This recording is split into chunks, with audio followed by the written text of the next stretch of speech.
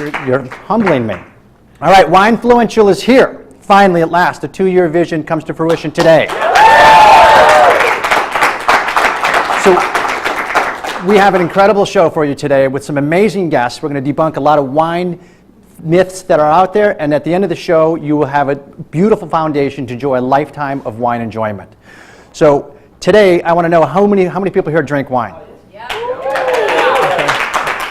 Including some of the underage people. I like to see that. What we're going to do, the show is going to be pretty quick. We've got a 3-minute tasting segment. I then have a 8-minute wine and food pairing segment.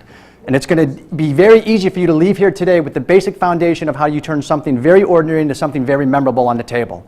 Finally, we have an 8-minute segment or a 5-minute segment, I apologize, rather, that's called Giving in Action, where you all can see the benefit that you have when you buy wine from Cellar Angels partners.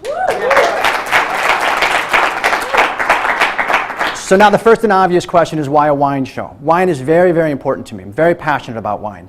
Wine does things, I've been following it for a long time, and the thing I like about wine is that it brings people together. It connects us. So whether you are, at the end of the day, having a glass of Chardonnay to say goodbye to that day and welcome in a new day, it usually involves people together with friends, with food, around a table, sharing and communicating and having a good time.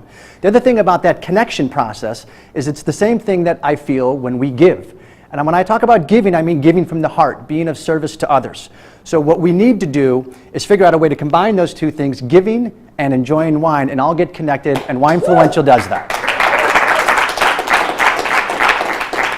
So this idea started about 15, 20 years ago when I went out to wine country, to Napa and Sonoma, and I tasted a wine and I was blown away by the quality of this wine. And I asked the winemaker, where can I get this? He says, oh, you can't get it in Chicago.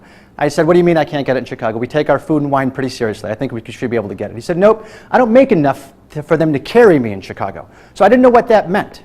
So fast forward to where we are today, and it would astound you to know, in a free market enterprise, we literally have 6 to 8 companies that control 70 to 80% of the wine you see.